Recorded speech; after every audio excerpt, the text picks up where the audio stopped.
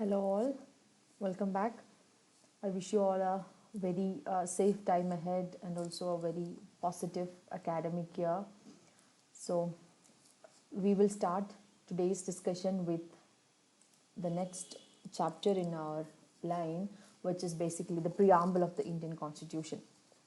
Preamble is kind of an introduction to the Constitution. It's see, when you take a book for reading, you have a preface, right? So that gives the very crux of the book or the story, right? It doesn't give you the entire story, but you get a sense of what is going to be there in the book, right? The same way, preamble is also kind of a preface, right? So this gives an introduction to the Constitution. So the US Constitution was the first constitution to begin with the preamble, right? So and we followed, right? Of course, our constitution also begins with the preamble. So till now we have been seeing topics like the historical background of the making of the constitution, then the Constituent Assembly we saw, then we saw the salient features of the constitution. From today onwards, we are entering into the core of the constitution, and that begins with the preamble, which is the very opening of the constitution. See, the term preamble actually, as I told you just now, refers to an introduction or a preface to the constitution. This is a summary or essence of the constitution. So you may even call it as the identity card of the constitution. So what is the purpose of an ID card? You too have an ID card, right? Unfortunately, you might not have a college ID card, but you might have had an ID card at some point of your time, maybe in your school or so. So ID card gives, whoever looks at your ID card gets a sense of who you are, your name, your gender, then your contact ID, your address, which institute you are part of. So it gives a basic essential of the person that you are.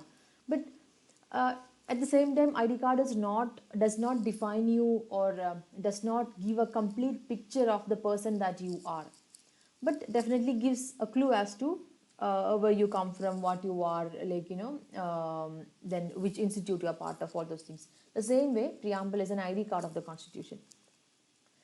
So now the Indian constitution, as I told you, begins with the preamble, and this preamble is based on the objectives resolution, which was drafted and moved by Pandit Nehru, and definitely this was adopted by the Constituent Assembly. This we saw when we did the Constituent Assembly. So objectives resolution was later on adopted as the preamble, definitely with minor changes. So now the original constitution did not contain three words which are there in the present constitution. They are socialist, secular and integrity. These three words were added through the 42nd Constitutional Amendment Act. So 42nd Constitutional Amendment of the year 1976 is a very, very important amendment. So this amendment added three new words to the preamble, which are socialist, secular and integrity. So remember, these three new terms were not present in the original constitution but later added in the year 1976 through the 42nd Amendment. Now we will see the text of the preamble, which is very, very important.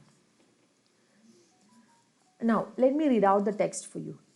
We, the people of India, having solemnly resolved to constitute India into a sovereign, socialist, secular, democratic republic, and to secure to all its citizens justice, social, economic and political, liberty of thought, expression, belief and faith, and equality of status, of opportunity, and to promote among them all fraternity, assuring the dignity of the individual and the unity and integrity of the nation. In our Constituent Assembly, this 26th day of November 1949, we do hereby adopt, enact and give to ourselves this Constitution. I'm sure you might not have made a good sense of what I read just now, because it's not as easy as that. But we will break up the whole text into various parts and take up each part and discuss. Okay, so no worries about that. So before we start with the breaking down process, let me tell you there are 4 key ingredients or components to this preamble. So number 1 is source of authority of the Constitution. So where from does the Constitution derive its authority from? So as per the preamble, the Constitution derives its authority from the people of India. Okay, so the source of authority of the Indian Constitution is the people of India. Now, where in the Constitution do you find it? See the opening sentence. We, the people of India, having so and so, okay, do hereby adopt, enact and give to ourselves this Constitution. So read it together. We, the people of India, do hereby adopt, enact and give to ourselves this Constitution. So the people of India have adopted, enacted and have given to themselves this Constitution. Okay, so the people is the source of authority. Okay, so remember, source of authority is the people.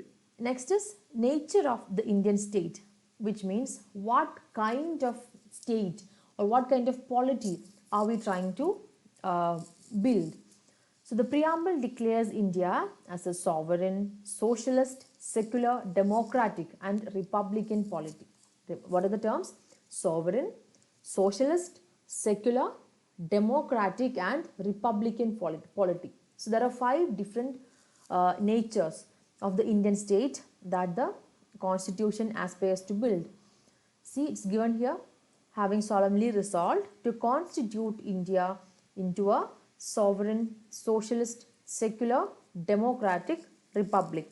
So each of these terms will be taken up separately. We will discuss the meaning and depth of each of these terms separately. Next is the third ingredient or component of the preamble is the objectives of the Constitution. What are the objectives of the Constitution? Now it specifies justice, liberty, equality and fraternity as the objectives. What are the objectives of the Constitution according to the preamble? Justice, liberty, equality and fraternity. So 4 different objectives. So that is given here. See, we the people, okay, we the people, having solemnly so and so, we are trying to secure to all its citizens, what all?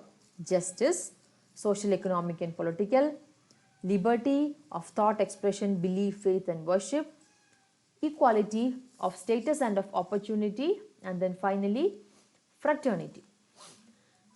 Okay, now the 4th ingredient of the preamble is that it gives the date of adoption of the Constitution, which means the date on which the Constituent Assembly adopted the Constitution. So according to the preamble, 26th November 1949 is the date of adoption. 26th November 1949. And where is this given? See, towards the end of the text of the preamble, you see that in our Constituent Assembly, this 26th day of November 1949, do hereby adopt, enact and give to ourselves this Constitution. Okay, so this is about the ingredients of the preamble: the source of authority, nature of the Indian state, objectives of the Constitution, and finally date of adoption of the Constitution. So thank you.